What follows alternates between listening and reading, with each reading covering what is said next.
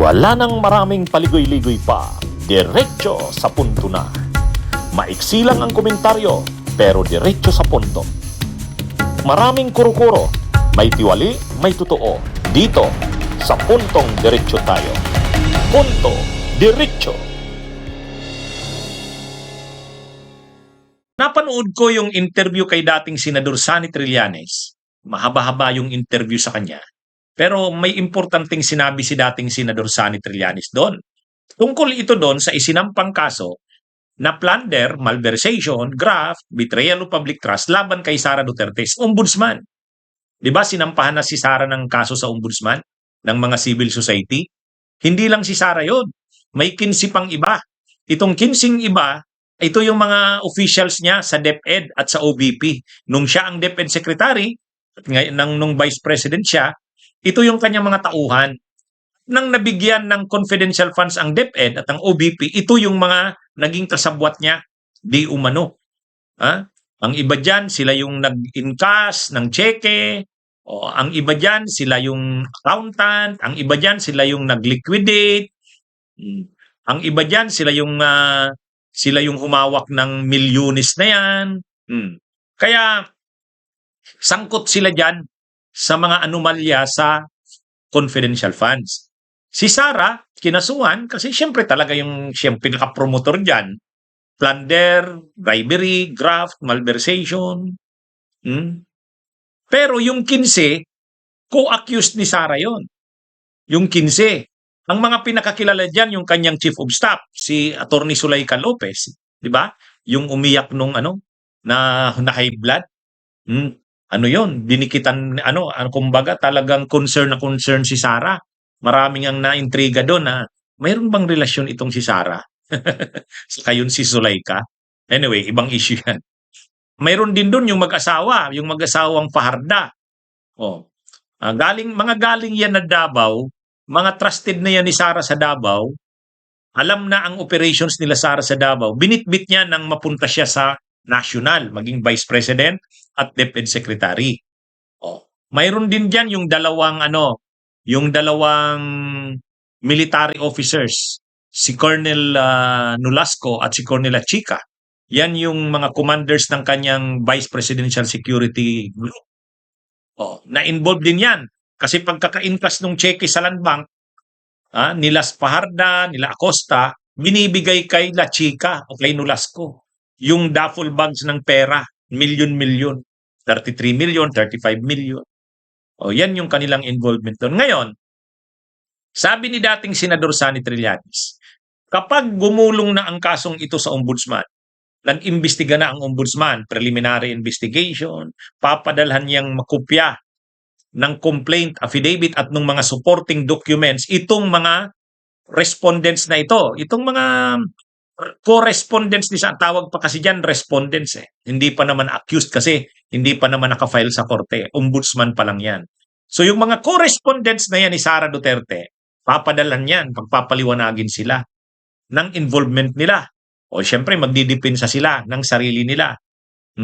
So ngayon, ang sinasabi ni dating Senador Sonny Trillanes, pag naipit yung mga yan at nakaramdam silang delikado nga ang lagay nila at posible silang makasuhan sa Sandigan Bayan at ang kaso sa kanila ay plunder at malversation at yung amount na involved sa malversation ay non-bailable, mag-iisip-isip yung mga yan, sabi ni dating Senador Sonny Trillanes. Mag-iisip-isip yan. Kapag nasukol yan, naipit yan, ayaw syempre nilang iwan ang kanilang mga pamilya, mahihiwalay sila sa pamilya nila. Dahil sa kanilang pagpapagamit kay Sara, kukulong sila. Kumbaga hindi hindi nila matanggap 'yon. Kaya posibleng ang iba diyan, o baka karamihan diyan, sabi ni dating Senador Sonny Trillanes, bibigay yan. Posibleng magtestigo yan laban kay Sara. Mag-i-state witness yan. Katulad ng nangyari kila Bryce Hernandez, kila Alcantara, dating DPWH Yusek Bernardo, itong si dating DNR DPWH NCR Regional Director Gerard Opolencia na ngayon nagsauli ng 40 million. Sabi ni dating Senador Sonny Trillanes, pag naipit yan, nasukol yan, mas pipiliin nila na wag silang makulong. At kapag naipit sila, pwedeng magtestigo yan laban kay Sara. At hindi lang yan. Alam mo, problema ni Sara dito, hindi lang siya yung nakasuhan. 15 sila. Kaya yun nga yung mga nakasama sa kaso, mag-iisip-isip na. Kasi unang-una, hindi naman sila yung nakinabang dyan sa pera na yan. Opo. Maari silang maging testigo laban kay Sara. And Yan yung sinasabi ni dating Senador Sonny Trillanes. Ako tingin ko totoo yun. Siyempre, halimbawa, yung mag-asawang paharda, imagine nyo, mag-asawa kayo, may mga anak kayo, makukulong kayo pareho. Makukulong kayo pareho. Oh. Ay, hindi naman sila siguro sobrang kumita dyan. Pwedeng naanuhan din sila, naambunan. Ambun lang yun. Pero yung buhos ng pera na kila Sara. O kaya ngayon, pwedeng yang mga yan, mag-isip-isip yan. Sabi ni dating Senador Sonny Trillanes. Pwedeng maisip nila na mag-cooperate na lang sa gobyerno katulad ng ginawa ni Bryce Hernandez, ni Alcantara, ni dating DPWH Yusek Bernardo. Para sa kanila, kung kailangang isauli yung nila, gagawin nila yan. At kung kailangang sabihin nila yung nalalaman nila, gagawin nila yan para sa kanilang pamilya. Kasi mahihirapan sila.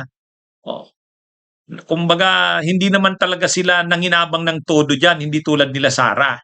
Sila Sara talaga, sabi ni Trillanes, ang nanginabang dyan.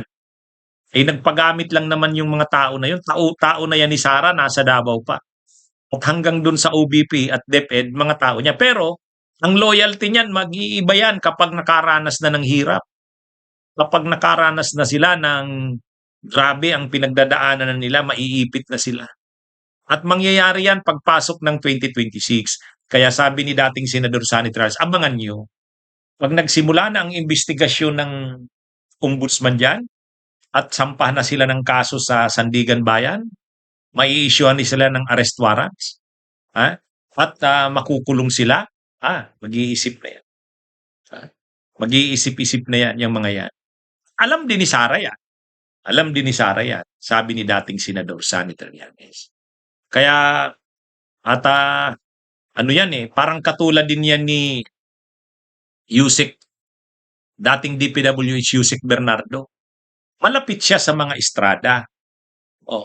Pero nung naipit siya, hindi niya kaya na makulong, maiwan yung kanyang pamilya. Sinabi niya na ang lahat ng nalaman niya. Kaya nga nang lumapit sa kanya yung mga staff ni Estrada doon sa Senado, naiyak siya. Nagsorry siya. Ganyan din ang mangyayari dyan, sabi ni dating Senador Sonny Trillanes. Kahit gaano sila kaloyal kay Sara, may bibigay at bibigay dyan. Sa 15 na yan, hindi yan, yung loyalty nila dyan kay Sara, matitest yan. Kapag nakaranas na sila ng sobrang sakripisyo, maiiwan nila ang kanilang pamilya. Nagpagamit na nga sila kay Sara. Tapos ngayon, mahihiwalay pa sila sa kanilang pamilya. Mag-iisip-isip yan. Yang 15 na yan, na kinasuhan, mabuti si Sara, i-invoke niya na impeachable official siya. Sa kanya, investigasyon lang ang mangyayari. Hindi naman siya makakasuhan sa Sandigan Bayan. Kasi impeachable official siya. So sa kanya, investigasyon lang kay Sara. Pero yung 15, hindi sila impeachable officials.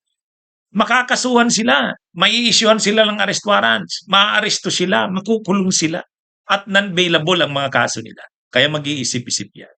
Yan ang sinasabi ni dating Senador Sonny Trillanes. Bunyog, bunyog, halikan na kasama ka. Bunyog, kapag buklod ay may pag-asa. Luzon, Visayas, Mindanao, isa ang pananaw. Sa bagong Pilipinas ang bunyog isisigaw. Bunyog, bunyog, bunyog.